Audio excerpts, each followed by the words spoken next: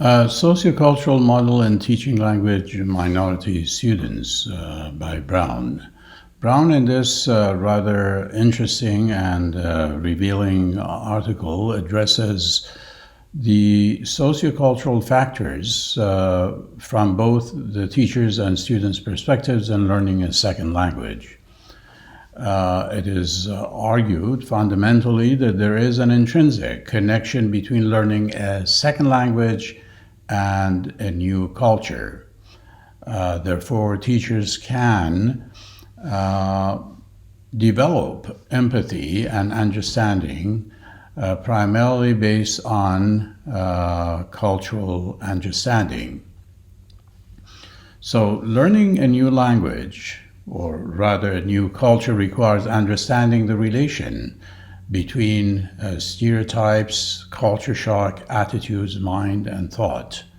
These are the key frameworks that Brown addresses in sociocultural models in teaching language minorities. Now, this understanding can create and expand an instructional environment that would be conducive to sensitivity and sensibility towards second language learners.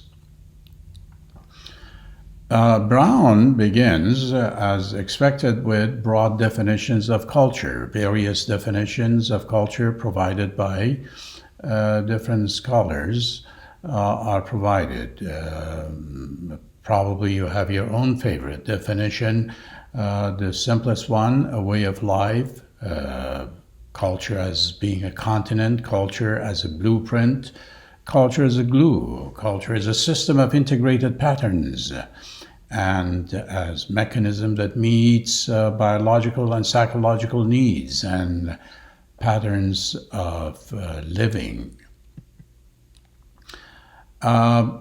What is interesting is the universality of culture.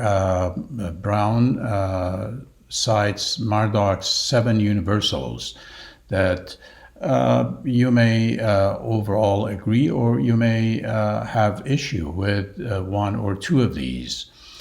For instance, that culture originates in the human mind, that culture facilitates human and environmental interactions, that culture satisfies basic human needs, that culture is cumulative and adjusts to changes in internal and external conditions, that cultural forms create consistent structures, that they are learned and shaped by members of a society, and that they are transmitted to a new generation. Now, obviously, you may take issue, for instance, with the last two. For instance, if culture is always successfully transmitted.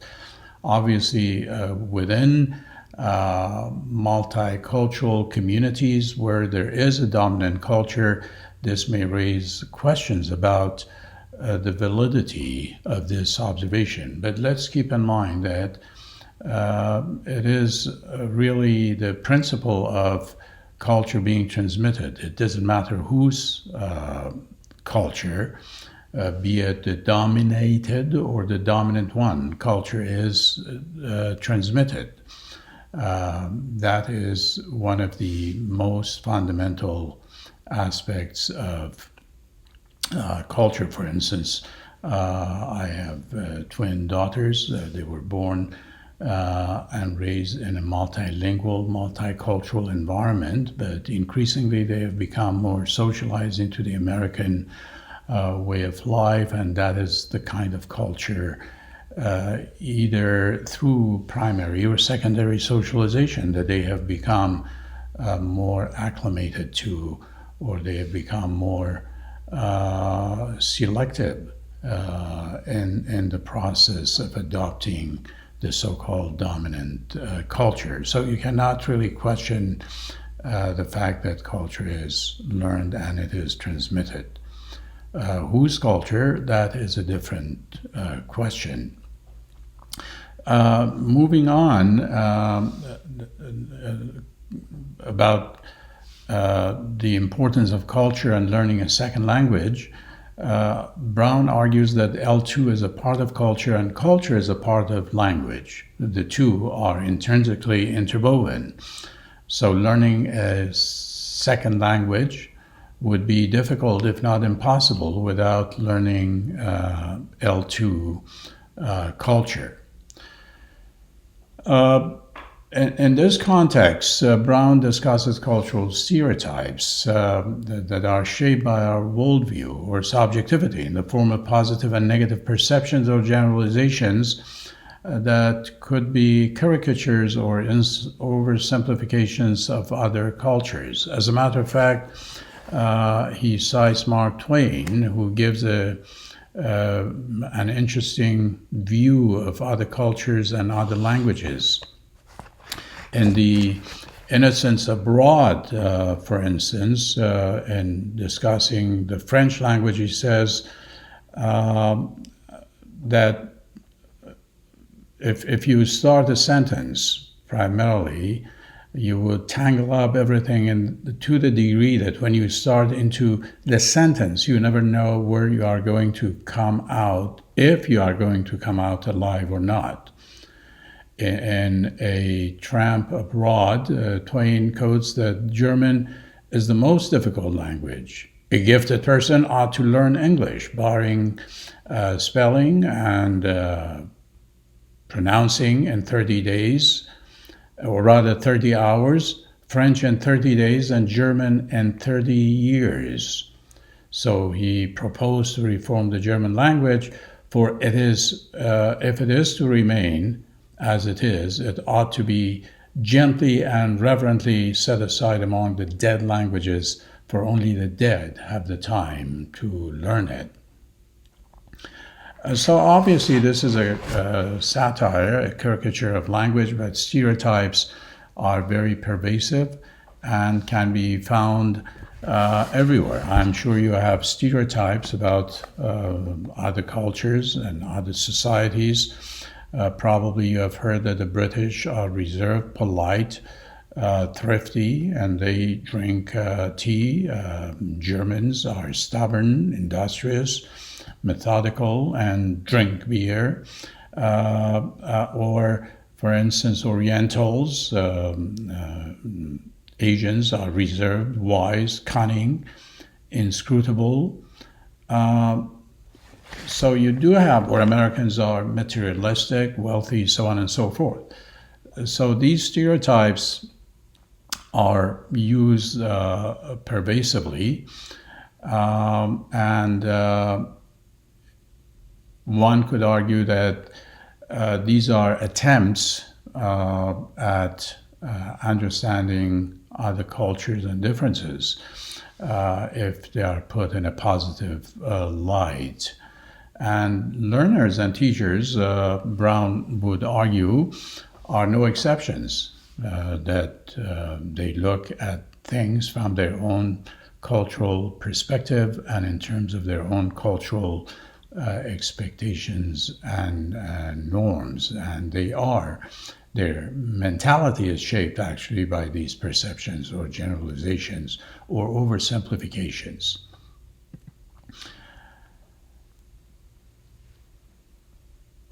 Now, obviously, cultural stereotypes express one's attitude towards the second language. Studies reveal a close connection between a positive attitude and second language learning. In other words, if you have a positive attitude, it is more likely that you would acquire a second language or a foreign language much more readily. If in case you had a negative attitude or a sense of hostility towards the target language and culture, obviously it would not be a rewarding experience, or the negative feelings or sentiments that you associate the target language and culture with would not positively reinforce the process. So positive attitude towards the self, the target language, and target language group all would contribute to the acquisition process. Negative attitudes undermine motivation to learn L2. Now, what is intriguing here is really the connection between attitude and, let's say, motivation. Which one triggers or provokes the other one? The connection is definitely very enigmatic. Is it attitude which motivates one to learn, or it is motivation that creates the positive attitude? So the two, in other words, go hand in hand. Well, what is important is that teachers can play an important role in creating a favorable context and dismissing myths about language and stereotypes by helping themselves and their students develop a keen and open understanding of the target language and their appreciation for a foreign culture and language. Now, obviously, some of you have gone through culture shock if you have gone to another country, another land. Edward Hall's example about experiencing culture shock in Japan is revealing. International students, for instance, who move to another country, or even if you move from another state to California, or vice versa, since you are not familiar with the landscape, customs, socials, and cultural practices, even the language variety or varieties that are spoken in this region, you may feel a degree of culture shock. Now, the greater the unfamiliarity, the greater the chance of experiencing a more severe culture shock. Although initially you may experience euphoria or so-called honeymoon period, this state is soon followed by signs of anxiety and uncertainty. So culture stress would arise from acculturation process, the anxiety, the sense of nostalgia, the homelessness, the feeling of becoming homesick. All these contribute to a state that has been discussed or described as anomie in Durkheim's terms. What is interesting is, despite a high linguistic proficiency, as Lombard argues, one may still experience this anomie or state of uncertainty or cultural stress. Now, Clark uses the term schizophrenia, which to many may be too exaggerated a statement, but as an example, it is used to create a sense of displacement, a sense of not really belonging, a sense of this total disorientation. Now, in most cases, fortunately, a recovery basically occurs slowly through assimilation and adaptation and the acceptance of the new culture. Another topic of interest for Brown is the connection between the mind and language. There is no question that such a connection exists. It is called the WHORFIAN hypothesis, which is based on how English, originally it was based on how English and Native Americans, particularly Hopis, would say the same thing differently. So it was argued that the habits of the mind can only be explained by and through lexical and grammatical structures of the languages themselves that determine our conceptual framework, such as, for instance, our notions of color, the lexical terms that we use. to describe or label colors, notions of time, space, the grammatical structures that we use for those, all would be entirely different. And such a difference also creates a difference in the state of the mind. Now, some linguists and anthropologists are in favor of a more modified version of the WHORFIAN hypothesis, questioning the absolutistic primacy of language over the mind.